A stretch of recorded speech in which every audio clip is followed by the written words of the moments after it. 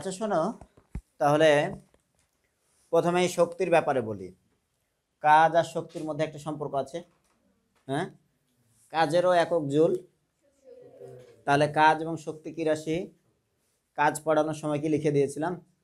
কাজ এবং শক্তি সমতুল্য রাশি।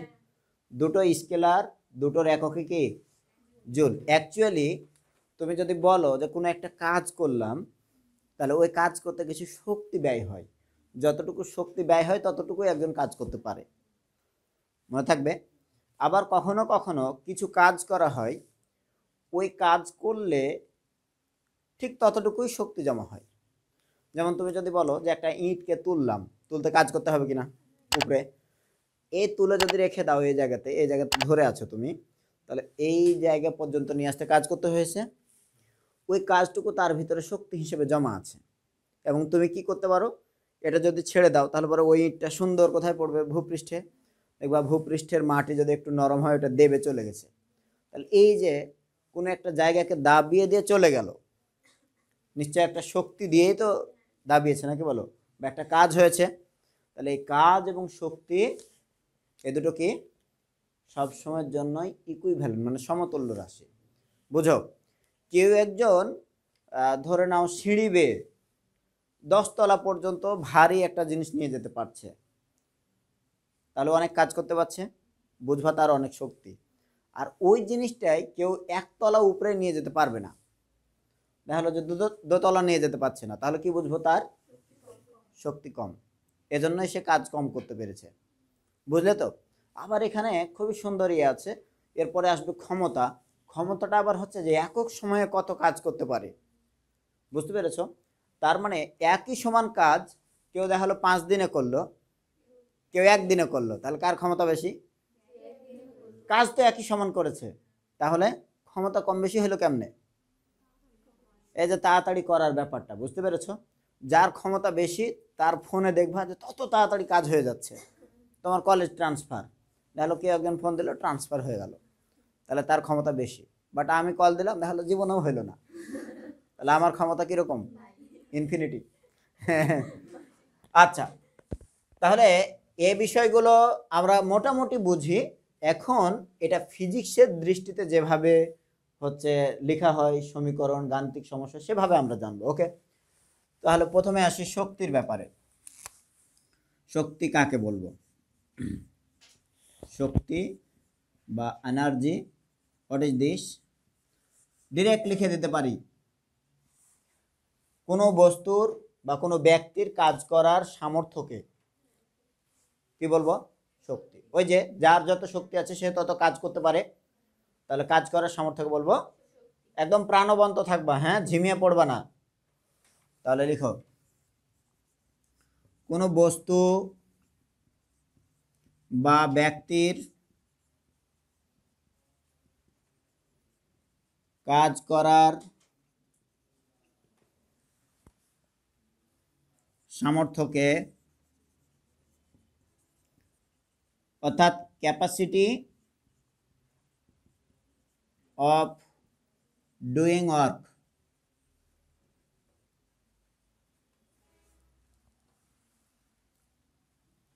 কি বলবো আমরা? শক্তি। শক্তি বলে।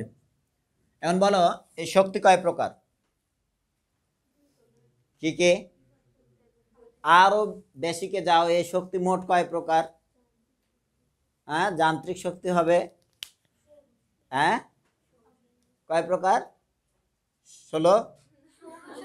সৌর শক্তি বললো। আচ্ছা, ও খুবই ভালো একটা কথা বলেছে। তাহলে বিভব শক্তি, গতিশক্তি, তারপরে একজন বললো যান্ত্রিক শক্তি, একজন বললো সৌর শক্তি। ভালো কথা, আমরা তাহলে জেনে নিই। সৌরশক্তি বলেছে, খুব ভালো করেছো, কারণ সৌরশক্তিটা হচ্ছে হেড। সকল শক্তির উৎস কি? সূর্য, নাকি বলো? তাহলে এটা একটা অ্যাকচুয়ালি, তাহলে মনে রাখবা যে ফিজিক্সে আমরা বেসিক যে শক্তিগুলোর প্রকারভেদ পড়েছি, তার মধ্যে মনে রাখবা যে শক্তি মূলত 9 প্রকার। কয় প্রকার? হ্যাঁ, 9 প্রকার। এই 9 প্রকার শক্তির মধ্যে তুমি যেমন বললা, আমি 9 প্রকারই লিখে দেবো না, এটা এসএসসির পাঠ। তাহলে আমি তোমারে বলি, প্রথমে তুমি বললা সৌরশক্তি, ভেরি গুড। এইরকম ভাবে আরো অনেকগুলো প্রকারভেদ আছে, একে একে বলতে বললে পারবা। বলো তামিম, তুমি একটা বলো অন্তত, এগুলোর বাইরে বলো। হ্যাঁ সুমন তুমি বলো। এই যে ধন্যবাদ রে, কি বললো? আলোক শক্তি, ভেরি গুড। আরেকটা বলো, তাড়াতাড়ি বলো কেউ। ইস, তাহলে 3 নাম্বার কি? তাপ শক্তি। তারপর আমি বলি, হ্যাঁ, রাসায়নিক শক্তি, কয়লা শক্তি, বিদ্যুৎ শক্তি, এগুলো শক্তির প্রকারভেদ কিনা, বুঝছো? আইস, তাহলে এইরকম একটা শক্তির প্রকারভেদ ধরে নাও, তার 4 নাম্বারে অবস্থান দিলাম, এবং এই 4 নাম্বার নিয়ে আমরা স্টাডি করব। নাম হলো যান্ত্রিক শক্তি। কি শক্তি? যান্ত্রিক শক্তি। এই যে আমাদের যন্ত্র জীবন, যন্ত্র জীবন মানে মনে করো না যে এখানে শুধুমাত্র একটা মেশিন থাকতে হবে। আমরাও ধরে নাও কেউ হাঁটছি, চলছি, ফিরছি, এই কাজগুলোর নাম যান্ত্রিক কাজ। ঠিক আছে?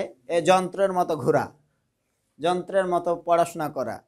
তাহলে এই যান্ত্রিক জীবনে আমাদের যে শক্তির হচ্ছে ব্যয় হয়, কাজ করতে পারি বা কাজের মাধ্যমে শক্তি অর্জন করতে পারি, সেই শক্তিটাকে কি বলবো? যান্ত্রিক শক্তি। এমনি তাহলে মোট 9টা প্রকারভেদ হবে। হ্যাঁ, এই 9টা প্রকারভেদে আপাতত হচ্ছে তুমি একবার স্টাডি করে নিবা। তাহলে 9টা লিখে নিবা, লিখে নিয়ে আসবা আর কি, এর বেশি লিখতে দিচ্ছি না। এর বাইরেও আরো শক্তি আছে, এর বাইরে আছে পেশি শক্তি, মামা শক্তি, রাজনৈতিক শক্তি, খালু শক্তি, মেলা শক্তি আছে, আছে না? ওগুলো তো শক্তি। আচ্ছা, এই যান্ত্রিক শক্তি নিয়ে তাহলে আলোচনা আমাদের।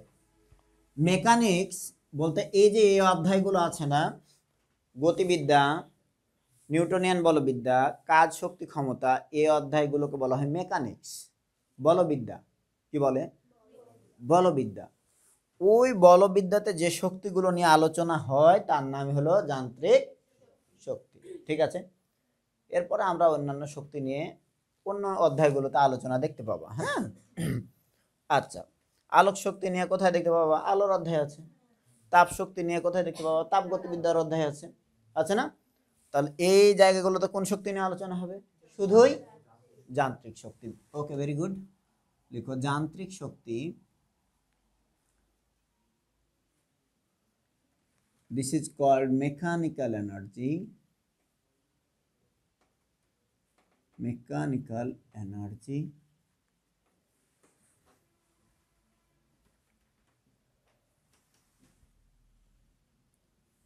এটা মূলত 2 kinds. One is বিভব শক্তি, সাবধানে যাবা। One is বিভব শক্তি or স্থিতি শক্তি।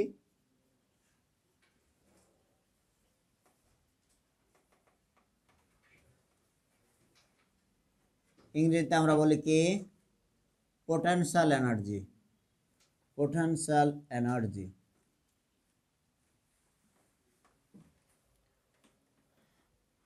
নাম্বার 2 গতিশক্তি, তাই তো? Kinetic energy.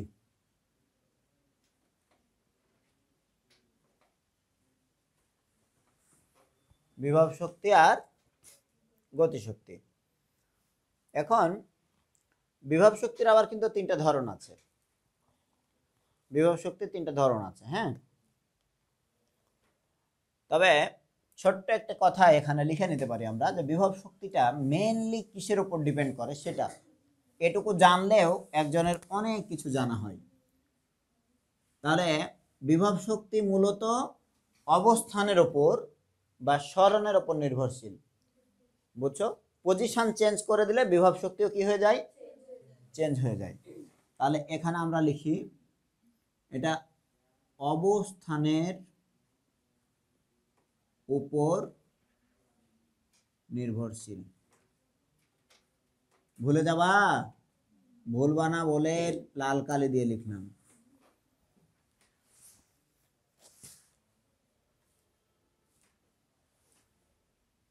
ঠিক আছে? আর গতিশক্তি মূলত হ্যাঁ, গতির উপর নির্ভরশীল, বেগের উপর নির্ভরশীল।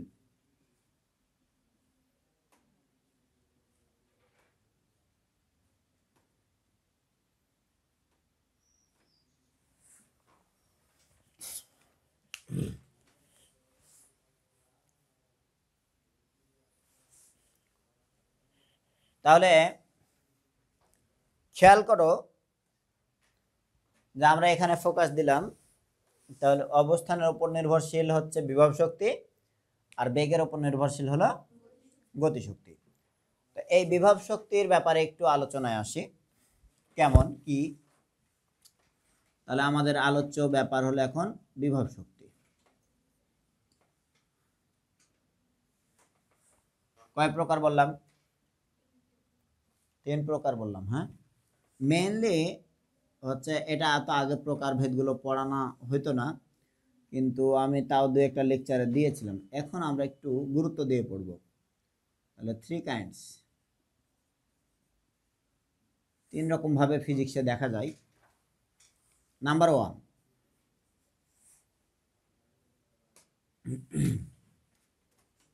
স্প্রিং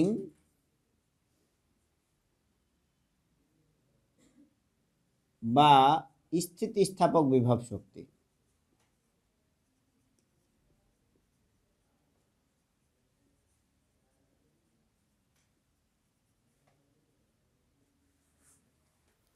স্প্রিং বা স্থিতিস্থাপক বিভব শক্তি।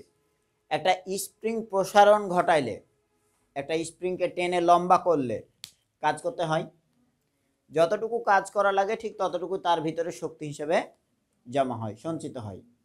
ঠিক আছে, তাহলে এটা স্মরণ ঘটানোর জন্য আমি যে কাজটা করলাম সে শক্তিটা তার ভিতরে কি আছে?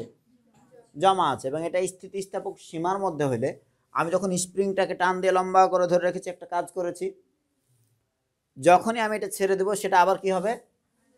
পূর্বের অবস্থায় ফিরে যাবে। এবং চাইলে পারে তুমি যে কাজটা করতে পারো যে এই পূর্বের অবস্থাতে ফিরে যে গিয়ে তো একটা ধাক্কা দিবে, তাহলে ওইখানে ডিম রাখতে পারো, ওইখানে কাঁচের বোতল রাখতে পারো, এগুলো কি করতে পারে? ও ফাটাইতে পারবে। বুঝলা? তাহলে এটা কাজে লাগাইতে পারি। কারণ এইটা তুমি তো বলতে পারো যে এটা তো আমি এমনি ফাটাইতে পারি। হ্যাঁ, কিছু কিছু জিনিস আছে যার জন্য এই স্প্রিং বিভব শক্তিটা খুব সুন্দর। যেমন এই যে দরজা, দরজাতে এখানে একটা স্প্রিং টাইপের জিনিস থাকে না? দরজা তুমি টান দিয়ে খুলো, টান দিয়ে খুললাম, দিয়ে আমি ঢুকে যাওয়ার পরে দরজাটা একা একা কি হয়ে গেল? লেগে গেল না? বুঝতে পারলো না? চুম্বকের জন্য না গো, চুম্বক থাকে একদম শেষ প্রান্তে দরজায়, দরজাটা লাগানোর পরে ওই চুম্বকের কারণে ঠেকে থাকে, যেন এদিকে ওদিকে না নড়ে। বুঝলে তো? ওটা আলাদা। হ্যাঁ, বাতাসে না খুলে যায়। কিন্তু আমরা এই যে দরজা শক্ত করে টান দিই, ভিতরে ঢুকে গেলাম, দরজা হচ্ছে আবার অটোমেটিক লেগে গেল। এটা তাহলে কি আছে এখানে? অবশ্যই একটা স্প্রিং, মেকানিক্যাল জিনিস আছে। তাহলে আমি টানার সময় যে কাজটা করলাম, ওই কাজটা তার ভিতরে শক্তি হিসেবে জমা থেকে যায়। এবং স্প্রিংয়ের নেচার হলো যে ওর ভিতরে প্রত্যায়নী বলটা, আমরা যেদিকে বল দিই ঠিক তার কোন দিকে তৈরি হয়? বিপরীত দিকে। তাহলে আমরা যখন এরকম টান দিয়ে একটা কাজ করে ভিতরে ঢুকে গেলাম, তারপর অটোমেটিক তার বিপরীত দিকে সে ততটুকু কাজকে ফিরিয়ে নিয়ে গিয়ে কি হয়ে যায়? আবার লেগে যায়। বুঝতে পারছো তো? তাহলে এই শক্তিটাকে কিন্তু গেইন করা যায়, পরে আবার ফিরে পাওয়া যায়। তাহলে স্প্রিং বা স্থিতিস্থাপক বিভব শক্তি, এটার জন্য সমীকরণ দেখেছিলাম ই অফ পি মানে বিভব শক্তি বা কৃত কাজ সমান সমান হাফ কে এক্স স্কোয়ার। এই তো? আচ্ছা, জাস্ট এটা জেনে রাখো তাহলেই হবে। যাদের অতীতের ক্লাস মিস আছে ওরা রেকর্ড ক্লাসগুলো দেখে নেবা। ওইটা কারা কারা পেয়েছো? পাইছো? আচ্ছা, 2 নম্বরে আসো, মহাকর্ষীয় বিভব শক্তি। মহাকর্ষীয় বিভব শক্তি।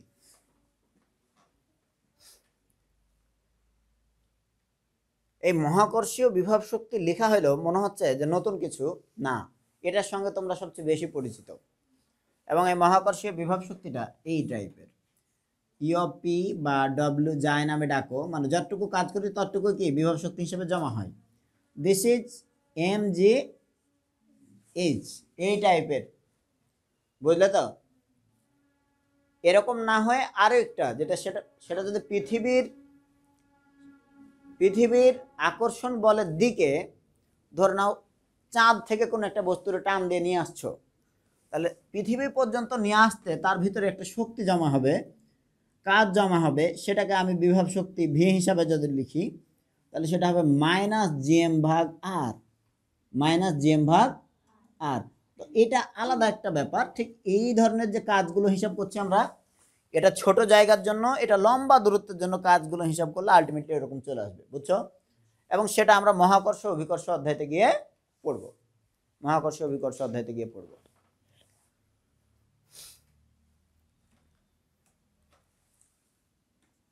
আর 3 নাম্বার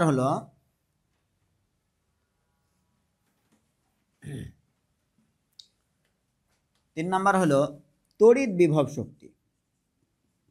তড়িৎ বিভব শক্তি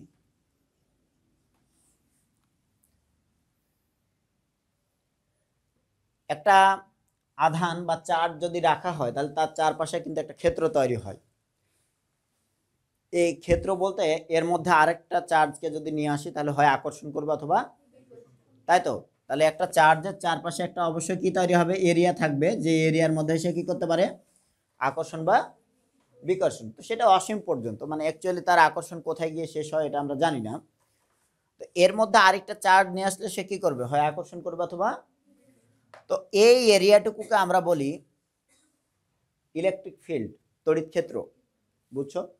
তো বাইরে থেকে এই তড়িৎ ক্ষেত্রের মধ্যে কোনো একটা চার্জে যদি ধাক্কা দিয়ে ঠেলে নিয়ে আসো, তাহলে পরে একটা কাজ করতে হয়, যে কাজটা করতে হয় সেটাই তার ভিতরে কি হয়, শক্তি হিসেবে জমা থাকে। মনে থাকবে, সব সময়ের জন্য মনে রাখবা যে বিভব শক্তি জিনিসটাই হলো অবস্থানের উপর নির্ভরশীল, মানে কারো একজনের অবস্থান চেঞ্জ করেছো, বুঝতে পারলো তো? তোমার যেমন, তোমার ধরে নাও হয়তো আগে পদ ছিল, তুমি কোনো একটা জায়গার সিনিয়র অফিসার ছিলা, হ্যাঁ ভেরি গুড, হাসি খুশি লাগছে না? সিনিয়র অফিসার ছিলা, সামহাও তোমারে কোনো একটা কারণ দেখে ডিমোশন দিয়ে অফিসার করেছে, তোমার মনের মধ্যে একটা নিশ্চয় দেখবা চেঞ্জ আসবে, নাকি বলো? সিনিয়র অফিসার থেকে কি বানাইছে, অফিসার, একটা ক্ষোভ জমা হবে না? ওই যে যতটুকু তোমার ভিতরে ক্ষোভ জমা হয়েছে, এনার্জি স্টোর হয়েছে, সেটা নেগেটিভই হোক, সেটাই কি না, সেটাই বিভব শক্তি। বুঝতে পেরেছো? তোমার যে অবস্থান চেঞ্জ করে দিল, তার ভিতরে একটা এনার্জি স্টোর হইলো, ওটার নামে কি, বিভব শক্তি। আবার তোমার যদি সিনিয়র অফিসার থেকে ধরো প্রিন্সিপাল অফিসার, মানে আরো বড় দিয়ে দিল, তাহলে কি হবে, একটা পজিটিভ এনার্জি জমা হবে, নাকি বলো? এই তাহলে খেয়াল করো যে আমি যদি এরকম 3টা সিঁড়ি আঁকি, ওকে, এইখান থেকে একটা বস্তুরে যদি এইখানে তুলে নিয়ে যাই, অথবা আমি মিডিলে দেখাই, মিডিলে ধরো বস্তুটা রয়েছে, এখান থেকে তার এই জায়গাতে তুলে নিয়ে যাই, তাহলে শক্তির পরিমাণ বাড়বে। আর তারা যদি এখান থেকে এইখানে নিয়ে যায়, তাহলে শক্তির পরিমাণ অ্যাকচুয়ালি কার কারেসপন্ডিং, মানে কার সাপেক্ষে শক্তিটা বাড়লো কমলো, এটা কিন্তু ভূপৃষ্ঠ থেকে দেখো, এই জায়গা থেকে এই জায়গার উচ্চতা আরো বেশি, সো এই জায়গাতে এনার্জিটা গেইন হয়, আর এইখানে যখন তোমার নিচের দিকে নামছে তখন তার এনার্জিটা লুজ হয়, মানে কমে যায়, বুঝলে তো? আচ্ছা, তাহলে এগুলো নিশ্চয়ই অবস্থানের উপর নির্ভরশীল। ঠিক তড়িৎ বিভব শক্তির জন্য একটা সমীকরণ আসবে, সেই সমীকরণটা আসবে ভি সমান 1/4πε0, চার্জের মান যদি কিউ হয়, ক্ষেত্র সৃষ্টিকারী, আর সেটার থেকে আর দূরত্বে বিভবটা হবে এরকম। কোথায় পড়বো এটা? সেকেন্ড পার্টে। তাহলে এখনই টেনশন নেওয়ার দরকার আছে। 1/4πε0, এই জিনিস পড়নি, আমি তো 9, 10 ফিজিক্স পড়াতাম, তখন তো এটা আগে পড়াই দিতাম। পড়নি? তাহলে রেখে দাও, সেকেন্ড ইয়ারে গিয়ে তো কিছু পড়বা, ওইখানে গিয়ে পড়বা। যেহেতু পড়নি, দেখতে খারাপ লাগলে পরে ডিলিট করে দিচ্ছি, যে আজকে থেকে ওটার সঙ্গে পরিচিত হও। হ্যাঁ, ওইটা পড়ে এক সময় দেখবা যে তোমার হচ্ছে। আচ্ছা, এই জিনিসগুলো বুঝেছি তো? আচ্ছা, তাহলে যান্ত্রিক শক্তির দুটো প্রকার ভেদ, বিভব আর গতি। তো তো বিভব শক্তি গতিশক্তির ব্যাপারে জানিয়েছি, বিভব শক্তি 3 প্রকার সেটা তোমারে জানিয়েছি। এখন কথা হলো যে এই বিভব শক্তি, স্প্রিং বিভব শক্তির ব্যাপারে অলরেডি আমরা ধারণা পেয়েছি। মহাকর্ষীয় বিভব শক্তির ব্যাপারে তাহলে একটু লিখি। ওকে, আসো মহাকর্ষীয় বিভব শক্তি। ঝটপট লিখো।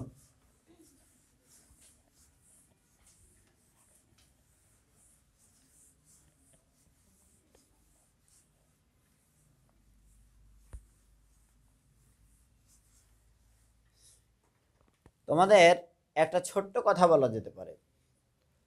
হ্যাঁ, বাই নেচার এই বিভব শক্তি আমরা বলেছি অবস্থানের উপর নির্ভরশীল, এবং এই রাশিটাকে বলা হয় অবস্থান নির্ভরশীল রাশি। মানে পজিশনটা কোথায় থেকে কোথায় গিয়েছে শুধু এটা ম্যাটার করে, কোন রাস্তা ধরে গিয়েছে এটা ম্যাটার করে না, এটার উপর ডিপেন্ড করে না। ছোট্ট একটা জিনিস দেখিয়ে দিয়ে তাহলে আমি মহাকর্ষীয় বিভব শক্তিটা শুরু করি। যেমন আমি বলি, ছোট্ট ব্যাপারটা কেন বলতে চাচ্ছি আগেই বলে দিলে তোমার জন্য একটু সুবিধা হবে। খেয়াল করো, এটা একটা রাস্তা তৈরি করেছে, এইখানে একটা গোলক জাতের জিনিস, এখানে একটা সেম ওয়েটের সেম ম্যাসের একটা গোলক, তাহলে দুটোর ভরে কি ধরলাম সমান। This is 5 KG, this is also 5 KG. এখন তুলে এই বস্তু দুটোকে তুলে তুমি এই জায়গাতে একদম চূড়াতে নিয়ে আসবা। এটা লম্ব আর এটা অতিভুজ, কোনটা বড় হতে পারে? শিওর? আরে এরকম যদি একটা দেয়াল থাকে, এই দেয়াল এখান থেকে এখান পর্যন্ত উঁচু, ওই দেয়ালের এই জায়গা থেকে এখান পর্যন্ত একটা মই লাগিয়েছে, ওই ময়ও কি এই দেয়ালের সমান উঁচু হবে? আরে তারা যদি এই বরাবর নিয়ে আসো তাহলে তো সে লম্বা হয়ে যাবে, নাকি বলো? অতিভুজ অবশ্যই কি বড়, অতিরিক্ত বাহু বলে তার নাম অতিভুজ। তাহলে এবার তুমি বলো যে এটারে টান দিয়ে এই বরাবর নিয়ে যাব, কৃত কাজ যত হবে এই বরাবর নিয়ে যাচ্ছি, বড় রাস্তা, কৃত কাজের মান একই হবে। বুঝতে পেরেছো তো? তাহলে এই দিক দিয়ে নিয়ে যেতে কৃত কাজ যদি W1 হয়, সেটা যদি 500 জুল হয়, তাহলে এই দিক দিয়ে নিয়ে যেতে কৃত কাজ যদি W2 লিখো, সেটাও কত হবে? 500 জুল। বুঝতে পেরেছো? অর্থাৎ W1 ইজ ইকুয়াল টু কত? এখন ছোট্ট কথাটা কি, যে এই লেভেলটা চিন্তা করো, যে তারা এখানে যেখানে ছিল এটা হচ্ছে ভূমি সমতল, আর এই বরাবর যখন গিয়েছে তখন ধরুন এটা আলাদা একটা তল। এখান থেকে এখান পর্যন্ত গেলা, হাইটের যে চেঞ্জ এসছে বা অবস্থান যতটুকু, এ পথ দিয়ে গেলেও ঠিক হাইটটা একই পরিমাণ। বুঝতে পারোনি? আবার বলি, রাস্তা বেশি, কিন্তু তুমি যদি বলো ভূমির সাপেক্ষে যে উচ্চতা বা সরণ, ভরকেন্দ্রের সরণ, সেটা কি একই। ভরকেন্দ্রের লেভেলটা ছিল আগে এ লেভেলে, এবার ভূপৃষ্ঠ থেকে সেটা কোন লেভেলে? এ লেভেলে। তাহলে এই ভরকেন্দ্র টোটালে আসলে সরেছে কতটুকু? এতটুকু। বুঝতে পারছো তো? রাস্তার দিকে তাকাবা না, কিসের উপর নির্ভরশীল? এটা ভরকেন্দ্রের সরণ। কি লিখবা? তাহলে এই বিভব শক্তির পাশে লিখে দিবা যে বিভব শক্তি ভরকেন্দ্রের সরণের উপর নির্ভরশীল, বস্তুর ভরকেন্দ্রের সরণের উপর নির্ভরশীল।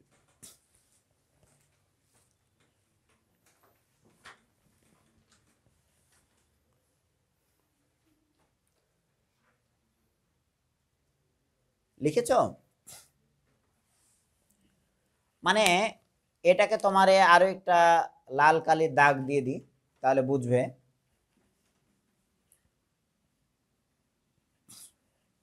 যদি এই যে সবুজ বস্তুটিরে দেখছো, তাকাও, এই বস্তুটিরে যদি তুমি ধা তিন তিন তিন করতে করতে করতে এই রাস্তা ধরে নিয়ে যেতা, এদিক দিয়ে নিয়ে গেল ঘোরায় ঘোরায় নাচতে নাচতে, তাও কৃত কাজ কত হবে? ওই W3 মানটাও একই হবে, কারণ তোমার অবস্থানটা এখান থেকে কোথায়? এখানে। হ্যাঁ, তাহলে সরণ কতটুকু? সরণ হচ্ছে এ লেভেলে একটা সোজা দাগ দিবা, এ লেভেলে একটা সোজা দাগ দিবা, এটুকু হলো ভরকেন্দ্রের সরণ। হ্যাঁ, আর এতগুলো ঘুরাইছে ফিরাইছে এগুলোর কোনো দাম নাই। এটা দাম থাকতো যদি রাশিটা পথ নির্ভরশীল হতো, পাথ ডিপেন্ডেন্ট, তাহলে পথ যত লম্বা হবে কাজও তত বেশি হয়ে যাবে। হ্যাঁ, বুঝলে তো?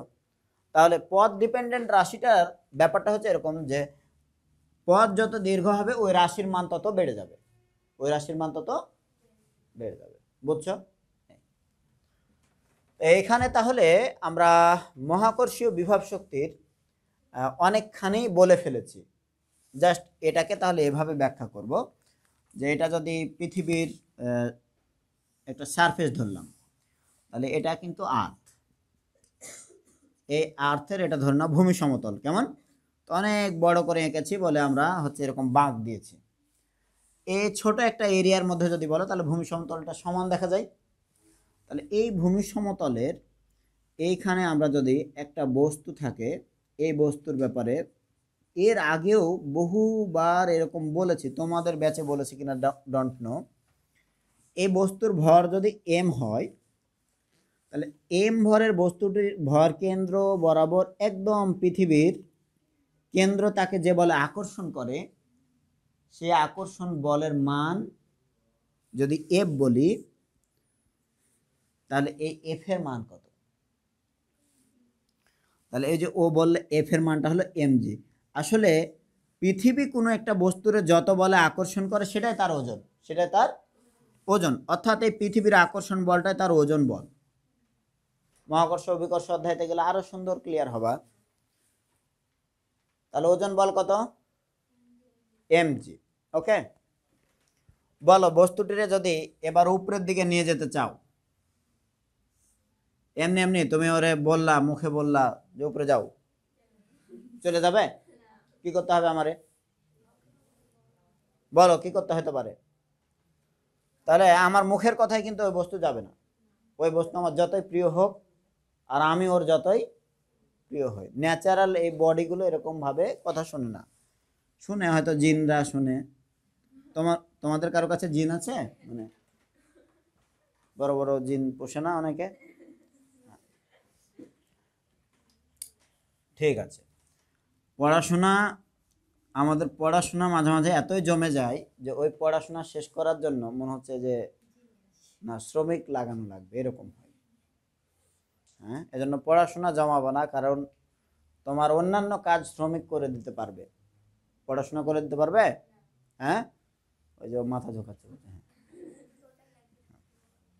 আমরা ওয়ান কাইন্ড অফ শ্রমিক। কিরকম? তুমি নিজে মোটাই পড়তে চাও না, আমরা দেখালো যে তোমার পড়িয়ে পড়িয়ে ঠিক করে দেবো না। টিচারকে কোনোদিন গাইড বা সমাধান ভাববা না। একজন টিচার বা মেন্টর তিনি কি করতে পারেন, একটা টপিককে ইজি করে দিতে পারেন, তোমার কোনো জায়গা বুঝতে অসুবিধা হলে সেটা সলভ করে দিতে পারেন, সুন্দর সুন্দর থিওরি দিয়ে তোমাকে ওই সাবজেক্টটাকে আরও ইমপ্রুভ করে দিতে পারেন। কিন্তু মেন পড়াটা কাকে পড়তে হবে? আমি যদি একটা গণিতের সমাধান করে না দিই তাহলে রাগ করো না। এর আগে কেউ একজন আমার কাছ থেকে ফার্স্ট ইয়ার থেকে চলে গেছে, তো মনে করো না যে কারো প্রতি আমার কোনো বিদ্বেষ আছে, কিন্তু সে কি কারণ দেখিয়েছিল জানো? সে একজনের কাছে গিয়েছিল ফ্রি ক্লাস করতে, ওখানে নাকি এমসিকিউ প্রত্যেকটাই সমাধান করে দেয়। তো তাহলে তো ও গাইড, সমাধান ভাই নাকি বলো? সমাধান বই যেমন আছে, সমাধান ভাইয়াও তেমনি আছে। এটাতে কি হবে, তোমার মস্তিষ্কের যে হচ্ছে ক্ষমতা, ক্যাপাসিটি, এটা ধীরে ধীরে কি হয়ে যাবে। আমি তোমাকে আরো অনেক 7-5 বুঝিয়ে একটা জিনিস ক্লিয়ার করে দিব, তুমি ওইটা ঠিক মতো প্রয়োগ করার কাজটা কাকে করতে হবে? তোমাকে করতে হবে। পরীক্ষা কে দিবে? তুমিই দিবা। বুঝছো? হ্যাঁ। আর তোমাকে যদি তোমার মেরুদণ্ড দুর্বল করতে চায় তাহলে আমি A to Z সব সমাধান করে দেবো, গাণিতিক প্রবলেম শিখাই দেবো, কিন্তু এগুলো নাই। টিচার যখন এগুলো একটু ঘুরিয়ে পেঁচিয়ে কোনো জিনিস দিবে তখন তুমিও নাই। বুঝছো? হ্যাঁ, মলম বিক্রি শেষ, কাম টু দ্য পয়েন্ট। তাহলে বলো কত বলে আকর্ষণ করে? ওই বস্তুর ভর ইন্টু অভিকর্ষ ত্বরণ। ভালো কথা। এবং ভবিষ্যতে গিয়ে জানবা যে এই অভিকর্ষ ত্বরণ মানে আর কিছু না, জি ক্যাপিটাল এম ভাগ আর স্কয়ার। পৃথিবীর এই অভিকর্ষ ত্বরণটা দেখবা আলটিমেটলি জি ক্যাপিটাল এম ভাগ আর স্কয়ার। তাহলে এটার সঙ্গে যদি আর একটা এম গুণ করো, তাহলে ছোট হাতের এম গুণ করলে কি হয়ে গেল বল না? দেখো জি এম এম ভাগ কি আর স্কয়ার হয়ে যাবে। বুঝছো? তাহলে ভবিষ্যতে গিয়ে পড়বা। আচ্ছা বেশি না দিই, যারা সকালবেলায় চুপসে আছে তারাকে দেখে ভয় লাগে আমার। তাহলে এমজি যদি নিচের দিকে বল হয়, তাহলে মিনিমাম যে বলে তার উপরের দিকে তুমি নিয়ে যেতে পারবা, সে বলটা এমজি। মানে এতটুকু দিলে সে উপরের দিকে যাওয়া শুরু করবে, বুঝছো? এবং ধীরে ধীরে সমবেগে তারে টানতে টানতে এখানে নিয়ে আসলাম, এবং বস্তুটা অবশ্যই টেনে নিয়ে আসলে বড় হবে তার কোনো মানে নাই, ওটা সমানই আঁকবা। হ্যাঁ ঠিক আছে। তাহলে কত বল লাগবে মিনিমাম উপরের দিকে নিয়ে যেতে? তাহলে উপরের দিকে তাকে নিয়ে যেতে বল যেটা লাগবে সেটা হচ্ছে এমজি। তোমাদের এখানে একটা সুন্দর জিনিস শেখার আছে যে ভাই আমি এমজির তুলনায় এটা বেশি দিলে কি হতো, তাহলে সমবেগ আর বলতে পারতাম না। এদিকের বল যদি বেশি হয় ওজনের তুলনায়, তাহলে এক্সট্রা বল থাকবে, এক্সট্রা বল থাকা মানে ত্বরণ থাকবে। এফ সমান কি শিখেছি? M A. ওই এর পরিমাণ কখন বাড়বে? যখনই এফ এর পরিমাণ এক্সট্রা হয়ে যাবে, তখনই কি হয়ে যাবে? একটা ত্বরণ সৃষ্টি হয়ে যাবে, বুঝছো তো? আর সমবেগের কথা যদি বলো, তাহলে এদিকে যত বল ঠিক তত বল দিবা। এখন কারো কারো মনে প্রশ্ন হতে পারে যে তাহলে সমান সমান বল হলে বস্তু নড়বে কেন? এই যে দেখছো, ওর মনে হয়েছে যে সমান সমান বল হলে বস্তু নড়বে কেন। হ্যাঁ কথা সত্য, একেবারেই সমান বল হলে নড়তো না। তাহলে এই বলটা এদিকে একটা কনস্ট্যান্ট ফোর্স দিয়ে ধরে আছে, আর আমরা একজন এজেন্ট ঠিক মিনিমাম ততটুকু বল দিয়ে যেদিকে নিয়ে যেতে চাচ্ছি সেদিকে সে মুভ করা শুরু করেছে, বুঝছো তো? এইখানে অবশ্যই একটু হলেও বলের মানটা বেশি থাকে বা তার ডিরেকশনটা, বুঝছো তো? কিন্তু আমি যদি এরকম হয়ে যায় যে এই বলের তুলনায় এই বল একটা উল্লেখযোগ্য পরিমাণ বেশি বলি, তখন কি কাউন্ট করতে হবে? ত্বরণ। আর যদি মনে করেন যে এটা যত এটা ঠিক প্রায় তত, তাহলে আর ত্বরণ কাউন্ট করা লাগবে না, সমবেগে চলছে। বুঝতে পেরেছো? সমবেগে চলছে। বল না থাকলেও বস্তু যে সমবেগে চলতে পারে এটা জানো কিনা? নিউটন প্রথমে বলে দিয়েছিল বস্তুর উপর প্রযুক্ত বল শূন্য হলে স্থির বস্তু চিরকাল কি থাকবে, আর গতিশীল বস্তু চিরকাল। তো বল না থাকলে বস্তু চলে না। ওই যে একবার যদি গতিশীল হয়ে যায় তাহলে ওইদিকে ধীরে ধীরে কি হতে থাকবে? চলতে থাকবে। এই যে আমাদের যে ইচ্ছা সেটা কোন দিকে নিয়ে যাও, তখন এজেন্ট যেদিকে একটু এক্সট্রা ফোর্স দিয়ে ফেলেছে ওইদিকে এবার সমবেগে সেটা কি করতে থাকবে? চলতে থাকবে। শুধুমাত্র এই বলটাকে নাকচ করার মতো বল দিলেই এনাফ, বুঝছো? তো বলো এবার ভর কেন্দ্রটা ধরো এইখানে ছিল, সেখান থেকে নিয়ে গেলে কোথায়? এইখানে। তাহলে ভর কেন্দ্রের সরণটাকে আমি যদি বলি এইচ, ভালো করে বুঝবা, ভর কেন্দ্রের সরণকে বললাম এইচ। এবার ডান পাশের এগুলোকে মিশিয়ে দেওয়ার সময় হয়েছে। হ্যাঁ এটাকে অনেকক্ষণ সম্মান দেখিয়ে রেখেছিলাম, তোমরাও এটা করো না? দীর্ঘদিন তোরে সহ্য করেছি, এবার তুই ডিলেট হবি, ব্লক হবি, কত কিছু। হ্যাঁ আইনি নোটিশ জারি করা হবে। এই শোনো, ফেসবুকে তো অনেক রিলস আসে, মেমে আসে, এগুলো ছোট বাচ্চার মতো মাঝে মাঝে দেখে একটু হাসি। তার মধ্যে একটা একটা রিলসের কথা খুব মনে পড়ে। একজন গালি দিচ্ছে ছোট ছেলে, ও ভিডিওটা বানাইছে, বলে অশিক্ষিত ছোট লোক, ইংরেজি বোঝে না, তোর বাপকে বলিস ইংলিশ মিডিয়াম স্কুলে ভর্তি করে দিতে। তখন ওর একজন জিজ্ঞেস করছে কেন, কি হয়েছে রে? বলছে আরে ওই মেয়েটারে বললাম যে আই লাভ ইউ, ও কোথায় বলবো আই লাভ ইউ টু, তা না করে বলছে যে জুতার বাড়ি খাবি। অশিক্ষিত করে, বুঝছো তো? ইংরেজি ইংরেজি বুঝে না, কিছু না বুঝে। এবার তাহলে বলো কত বল দিছি? এফ। সরণ হয়েছে কত? এইচ। এইবার বলো কৃত কাজ কত হবে? কৃত কাজ হবে বল ইন্টু সরণ ইন্টু বল সরণের মধ্যেকার কোণের কস মান।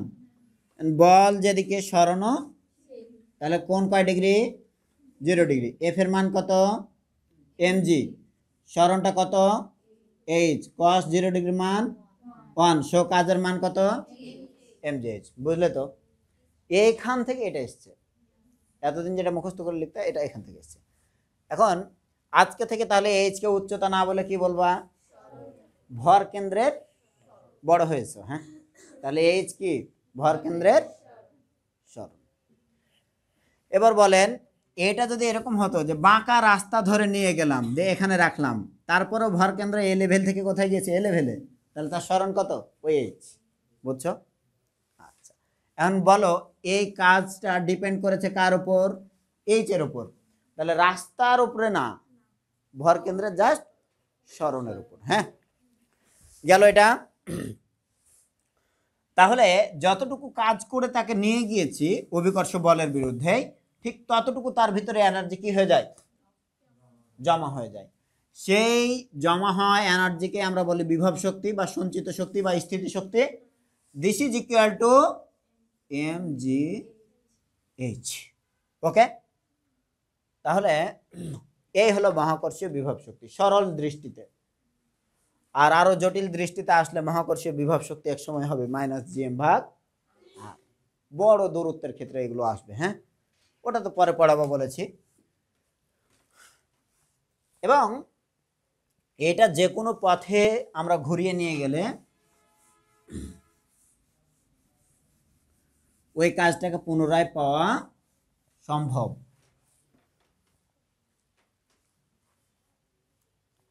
লিখে নাও তো একটু। তাহলে মহাকর্ষ বলের বিরুদ্ধে যে নিয়ে গেল, এই মহাকর্ষ বল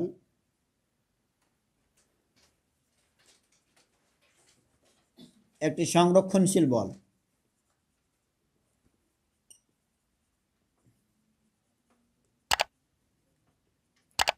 মহাকর্ষ বল একটি সংরক্ষণশীল বল। সংরক্ষণশীল বল কি তাহলে সামনের দিনে পড়ায় দেব, নাকি পড়েছো তোমরা, হয়ে গেছে? এ আল্লাহ, এরা তাহলে পড়ে ফেলছে। বুঝছো? তাহলে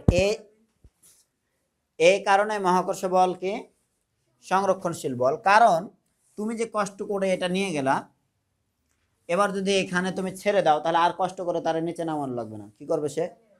একাই নিচে নিয়ে যাবে। অর্থাৎ এইটা যদি ভূমি হয়, এই ভূমি থেকে তুমি তারে নিয়ে গেছো, এইখান থেকে ধরে নাও নিয়ে গেছো এইখানে, কষ্ট করে নিয়ে গেছো, ভালো করে বুঝো। তাহলে এইখান থেকে নিয়ে যেতে তোমার এই কৃত কাজটাকে তুমি যদি বলো W1, সে W1 যদি হয় mgh, তাহলে যখন ছেড়ে দিবা সে আবার ফিরে চলে আসবে অটো। সেই কৃত কাজটা যদি বলো W2, তাহলে দিস ইজ অলসো mgh। এখন কথা হলো, আমি যখন উপরের দিকে নিয়ে গেছি তখন কাজটাকে যদি আমি বলি যে প্লাস, বা মহাকর্ষ বলের বিরুদ্ধে যখন নিয়ে গেছি তখন কাজটাকে যদি বলি প্লাস, তাহলে মহাকর্ষ বল যখন নিজের দিকে নিজে টেনে নিয়েছে তখন বলবো মাইনাস। তাহলে এজেন্ট যে কাজটা করেছে, একজন কর্তা যে কাজটা করেছে, সেটা যদি হয় প্লাস, তাহলে ওই এজেন্ট যেদিকে কাজ করেছিল তার বিপরীত দিকে যখন পৃথিবী নিজে নিজে কাজটা করেছে তখন সেটাকে বলবো আমি মাইনাস। এখন তারে এখানে নিয়ে গিয়ে আবার এখান পর্যন্ত যে চলে আসলো, টোটাল কাজের যোগফল কত হবে? This plus this is equal two 0। অর্থাৎ summation of total work done is equal two 0। যদি এরকম হয় যে কোনো বল দ্বারা কৃত কাজ, একাধিক অবস্থার মধ্যে কৃত কাজ, টোটাল যোগফলটা যদি শূন্য হয়ে যায়, তাহলে ওই বলকে কি বলবো? সংরক্ষণশীল বল। মানে ওটা হারায় না, ওটা হারায় না, আমানতদার। বুঝছো তো? কারো কাছে কিছু জমা রাখলে সে যদি সেটা ফেরত দিতে পারে তাহলে সেটাকে কি বলি? আমানতদারিতা। তো এটা হলো ওই বল জগতের আমানতদারিতা, ওইটা হারায় না। স্প্রিং এর ক্ষেত্রেও তাই। ওই যে আমরা একবার টেনে দরজাটা টেনে ঢুকে গেলাম, ওই স্প্রিং অটোমেটিক তারা আবার কি করলো? ওইখানে নিয়ে গিয়ে রেখে দিল। তাহলে ওই স্প্রিং এর মধ্যে বলটা কিন্তু হারায়নি। বুঝতে পেরেছো? তাহলে মহাকর্ষ বল সংরক্ষণশীল বল, স্প্রিং বল হচ্ছে সংরক্ষণশীল বল। বুঝছো? তড়িৎ বল সংরক্ষণশীল বল। তাহলে এটার সংজ্ঞায় দিয়েছিলাম যে একটি পূর্ণ চক্রে কৃত কাজের মান যদি শূন্য হয় তাহলে সে বলকে কি বলবো? দ্বিতীয় কথা হলো যে এটা পথের উপর নির্ভরশীল নয়। কিসের উপর? অবস্থানের উপর নির্ভরশীল। শুধু একটুকু মনে রাখবো যে এটা position dependent function. Position dependent function, পথ নির্ভরশীল রাশি। ওকে, এই কথাগুলো যদি মনে থাকে, তোমার তো এটা ডিটেলস শিখাবো বলেছিলাম, শিখাইছি। এরপরে শুধুমাত্র বিভব শক্তি আর স্থিতি শক্তির কি কি দরকার? সংরক্ষণশীলতা। একটা শক্তি যদি হারায় তাহলে আরেকটা শক্তি কি করে, গেইন করে। একটা আরেকটাতে জাস্ট কনভার্ট হয়, কখনোই দুটো শক্তির কোনো কিছু হারিয়ে যায় না। এটাকে এক কথায় যেটা বলেছে এসএসসি লাইফে মেবি তোমরা শুনে এসছো, যে মহাবিশ্বের মোট শক্তির পরিমাণ নির্দিষ্ট, শক্তির সৃষ্টি বা ধ্বংস করা যায় না, শক্তি শুধুমাত্র এক রূপ থেকে আরেক রূপে রূপান্তরিত হয়। This is called energy conservation principle, শক্তি সংরক্ষণশীলতার নীতি। বুঝলে তো? তাহলে শক্তি, এবার যান্ত্রিক শক্তির ক্ষেত্রে যদি বিভব শক্তি কমে গতিশক্তি বাড়বে, যদি গতিশক্তি কমে তাহলে বিভব শক্তি বাড়বে। বুঝনি? যেমন একটা বস্তুকে যদি নিচ থেকে উপরের দিকে ছুড়ে দাও, তাহলে যত বেগে ছুঁড়েছিলা ধীরে ধীরে কি বেগ বাড়বে না কমবে? বেগ যদি কমতে শুরু করে তার মানে তার গতিশক্তি কমতে শুরু করেছে। বুঝো নাই? তাহলে গতিশক্তি কমতে শুরু করলে কোন শক্তি বাড়তে শুরু করেছে? ম্যাক্সিমাম অবস্থানে গিয়ে তার বেগ শূন্য, তাহলে গতিশক্তি কত? শূন্য। তাহলে বিভব শক্তি তখন কত? ম্যাক্সিমাম। ইয়াল্লাহ, কারো কারো কাছে খুব খারাপ লাগছে, একজনের কাছে খারাপ লাগছে। তাহলে আমরা না হয় বিভব শক্তি আর গতিশক্তির পারস্পরিক রূপান্তর এবং অ্যাডমিশনে কিছু কিছু গাণিতিক প্রবলেম আসে যেগুলো খুব সহজে পারলে ভালো হয়, তাহলে সেগুলো আজকে শিখবো নাকি সামনের দিনে? আজকেই এ টপিক শেষ। আচ্ছা আসো, আরেকটা লিখে রেখেছিলাম পয়েন্ট নাকি? হ্যাঁ, কি নাম? আচ্ছা, একটা ছোট্ট করে দেখাই, এটাতে তুমি অনেক কিছু ক্লিয়ার হয়ে যাবে আশা করি। এসএসসির সঙ্গে রিলেটেড ওই টপিকটা দেখিয়ে দিই এবং শর্টকাটে তুমি যেন বের করতে পারো লাইফে, সেটা তো দেখাই দিই। কি ব্যাপার, খুবই খারাপ কালি তো এটা, এ মার্কারটা ভালো না, মার্কারের এর আগে তো কোনোভাবে এরকম থাকতো না। আমার ম্যানেজার বললো যে আবহাওয়ার দোষ, কোনো কিছুই বলতে পারছি না।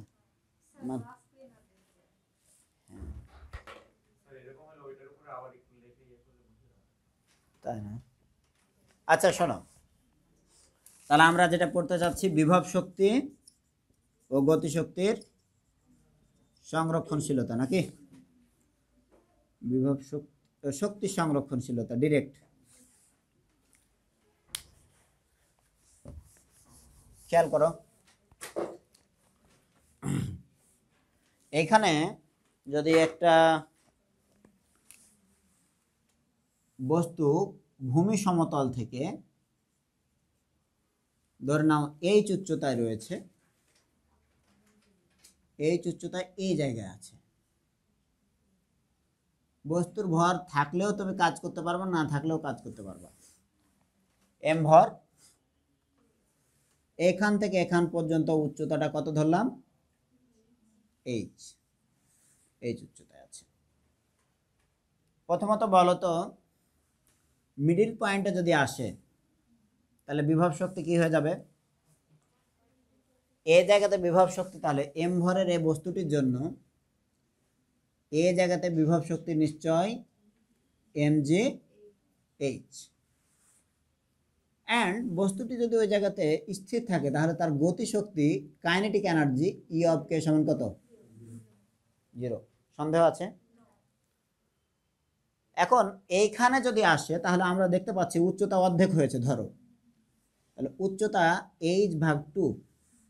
সো এই পয়েন্টে বিভব শক্তি তুমি যদি বলো, সেই বিভব শক্তিটা যদি ই পি প্রাইম দ্বারা লিখো, নিঃসন্দেহে সেটা হবে এম জি এইচ, কিন্তু উচ্চতা আর এইচ তো থাকছে না, এইচ ভাগ 2। সো এটা লিখতে পারি এম জি এইচ ভাগ 2। তাহলে কতটুকু হলো?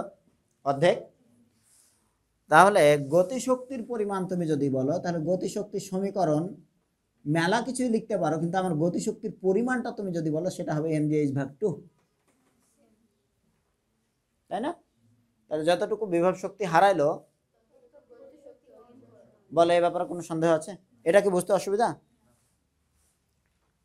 এবার তুমি যদি বলো যে একদম নিচে চলে এসছে, তাহলে বিভব শক্তি কত হবে? তাহলে এই ভূমি বরাবর বিভব শক্তির যদি ই ডাবল প্রাইম লেখো, ইপি ডাবল প্রাইম, তাহলে সেটা 0, কারণ এইচ এর মান কত হয়ে গেছে। But in the time E of K double prime, ও এটা প্রাইম দিলাম, কত হবে এমজিএইচ। এবং এটা আমরা সকল তলের জন্য প্রমাণ করতে পারবো, আনত তলের জন্যও করব। হ্যাঁ, এ ব্যাচে অলরেডি দেখিয়ে ফেলেছি, তাহলে তোমাদের ব্যাচেও দেখাবো। খেয়াল করো, হ্যাঁ আরো সব ব্যাচগুলোতে বাদ আছে, শুধু এ ব্যাচে ওরা এগিয়ে গেছে।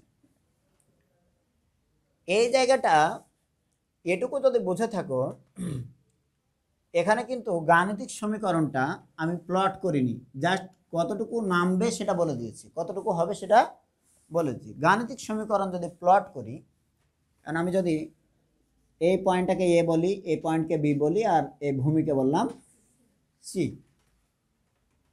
তাহলে আমরা বি বিন্দু আর সি বিন্দুতে জাস্ট হিসাব করি। আচ্ছা, এ বিন্দুতে লিখলাম আগে, এ বিন্দুতে মোট শক্তি, এটা সংক্ষেপে সেরে দিচ্ছি।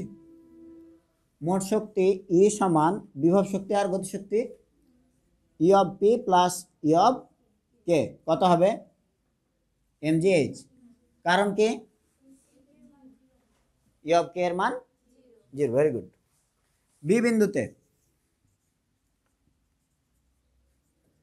আমি ধরেই নিলাম যে তোমরা এক্সপার্ট, এজন্য আমি কিন্তু অনেক লম্বা করে করে সমীকরণই করব না, ডান পাশে সর্বোচ্চ হলে একটা রাফের সমীকরণটা দেখাবো আর এখানে যোগ করে দেবো, কেমন। যে বি বিন্দুতে মোট শক্তি is equal to EP plus EK, আর ইপি এর মানটা যেটা হবে বি বিন্দুতে, আমি যদি বলি যে ভূমি থেকে এই মুহূর্তে, বুঝো, ভূমি থেকে এই মুহূর্তে বস্তুটি x উচ্চতায় আছে, তাহলে এই দিকে কতটুকু উচ্চতা নেমেছে, বুঝো, তাহলে টোটালটা h ছিল, h থেকে এইটুকু x বাদ দিয়ে দিলে তাহলে এটুকু কত h minus x, very good. ওগুলো আগে যেগুলো বুঝিয়েছিলাম ওগুলো একটু মেশানোর সময় হয়েছে, ওটা আলাদা একটা সেন্স ছিল, দিলাম মিশিয়ে।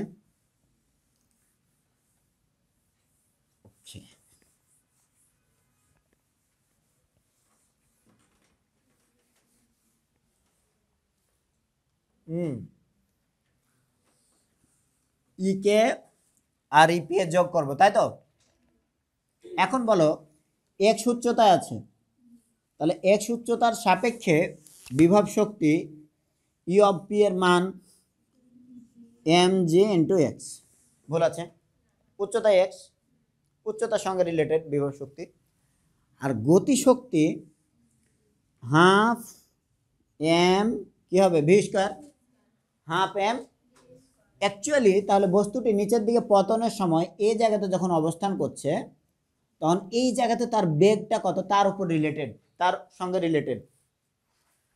তাহলে বেগের মান যদি ভি স্কয়ার ধরো এই জায়গাতে, তাহলে খেয়াল করো সেই ভি স্কয়ার সমান সমান কত হবে, ভি স্কয়ার ধরছে এখানে বেগ, তাহলে ওই ভি স্কয়ার সমান সমান অ্যাকচুয়ালি হবে ইউ স্কয়ার প্লাস 2জি এইচ, নাকি বলো। যতটুকু দূরত্ব নেমেছে, যদি পুরো দূরত্বটা নামতো তাহলে তার নাম ছিল এইচ, কিন্তু এখন নেমেছে কত এইচ মাইনাস এক্স, ঠিক আছে। তাহলে এর সঙ্গে গুণ হবে কত এইচ মাইনাস, এটা ক্যামেরাতে আসবে কিনা জানি না, তাহলে এখানে লিখি ভি স্কয়ার সমান সমান হবে ই স্কয়ার প্লাস 2জি H minus X, okay. But তার আদিবেগ সে স্থির অবস্থান থেকে পড়া শুরু যদি করে থাকে তাহলে ইউ এর মান 0, সো দ্যাট হয় V square is equal to কত হবে 2জি H minus X, very good. এখন আমি সূত্র হিসেবে যেটা জানি হাফ এম ভি স্কয়ার, কত গতিশক্তি হাফ এম ভি স্কয়ার, তাহলে ওই ভি স্কয়ারের ডিরেক্ট মানটা লিখে দেবো ওটা। তাহলে বলেন এখানে হলো M G X half M, আর ভি স্কয়ারের জায়গায় কত আছে 2জি H minus X, half A और 2 ए कट गया, एम जी एच माइनस कत एम जी एक्स तो केटे যেতে পারে, আরে দুই লাইনে লিখি, লিখতে হবে না, এম জে এইচ মাইনাস কত এম জে এক্স। হ্যাঁ, এটা আর এটা যোগ করলে কত হয়? 0। তাহলে থাকলো কত? M J H. ঠিক আছে, তাহলে ওখানে এম জে এইচ ছিল, এখানেও কত? সি বিন্দুতে যদি খুঁজতে যাই কত পাবো? কিভাবে পাবো? গতিশক্তি কত হবে? বিভব শক্তি 0 হবে নাকি গতিশক্তি 0 হবে? তাই, তাহলে আচ্ছা, এত কিছু যখন দেখলাম তখন ওটা কেন বাদ রাখবো? সি বিন্দুতে নাকি? সি বিন্দুতে মোট শক্তি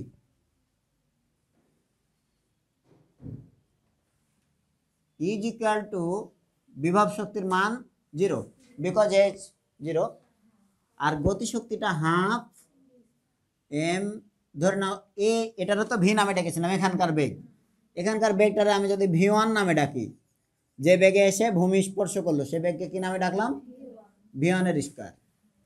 এখন গল্প হলো যে ওই ভি1 এর স্কয়ারটা কত হবে? ভি1 স্কয়ার সমান ইউ স্কয়ার প্লাস 2জি, যতটুকু দৈর্ঘ্য নেমেছে ততটুকু, কতটুকু নেমেছে?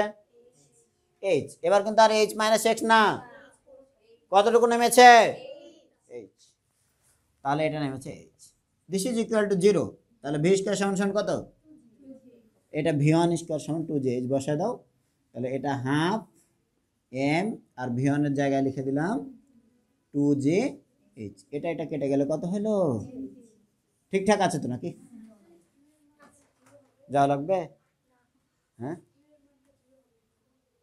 আর একটু, আর 2-3 মিনিট। কিসের মান স্যার? হ্যাঁ, যদি আমি ধরে নিই যে এখানে সে কোনো বেগ নিয়েছিল না, জাস্ট ওখানে স্থির থেকে পড়তে দিয়েছি। গতিবিদ্যাতে পড়েছো না?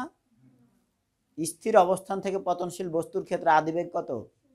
অবস্থান যে স্থির ছিল, স্থির মানে কি? আর যদি সেটা এরকম হতো যা আগে তুমি যখন কাউন্ট করছো, পরীক্ষণ শুরু করেছো, তখন সে 5 মিটার পার সেকেন্ড বেগ নিয়ে পড়ছিল, তাহলে আদিবেগ আর তখন তুমি 0 দিবা না, কত দিবা? 5 দিবা। বুঝছো? কোনো অসুবিধা নাই। এই জায়গাতে তোমাদের একটা ছোট্ট কোশ্চিন দিই, ওই কোশ্চিনটা বাসায় গিয়ে খুব দয়া করে যত্ন করে সলভ করে আনবা। লিখো কোশ্চিন 1,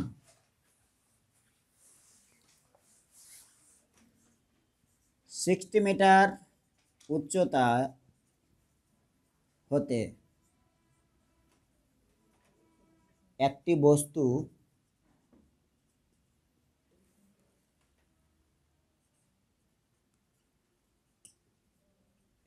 স্থির অবস্থান থেকে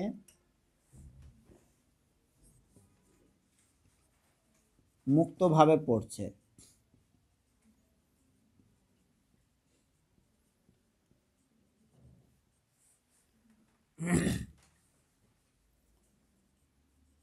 ভূমি হতে কত উচ্চতায়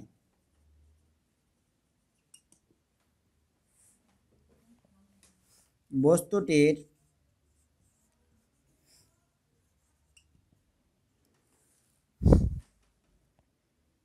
বিভব শক্তি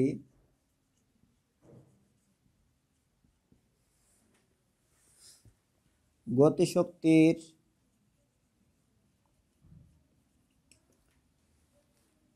প্রথমে লিখলাম সমান, তারপরে লিখলাম দ্বিগুণ, তারপরে লিখলাম 5 গুণ, তারপরে লিখলাম, আচ্ছা তাহলে নিচের দিকে এবার সবসময় যে বিভব শক্তি বড় হবে তার তো মানে নাই, গতিশক্তিও বড় হতে পারে, তাহলে বিভব শক্তি আরো কম হতে পারে, তাহলে বিভব শক্তি অর্ধেক, 1/4, 1/3, অনেক কিছু হতে পারে, 1/3, 1/5 হবে। মনে করছো যে অনেক কঠিন কাজ দিচ্ছি? একটা একটা ঝলকে সব করা যায়, বুঝছো না? হ্যাঁ, তো সেটা তোমার জেনে রাখতে হবে, নাহলে পরে তোমার সমান দিয়ে শুধু তুমি পারো, আর অ্যাডমিশন পরীক্ষায় আসলো কি দিয়ে? 1/3 দিয়ে। তুমি তখনই হচ্ছে বাঘ এবার কাত হয়ে গেল, বাঘের ট্রেনিং কম, তাই না?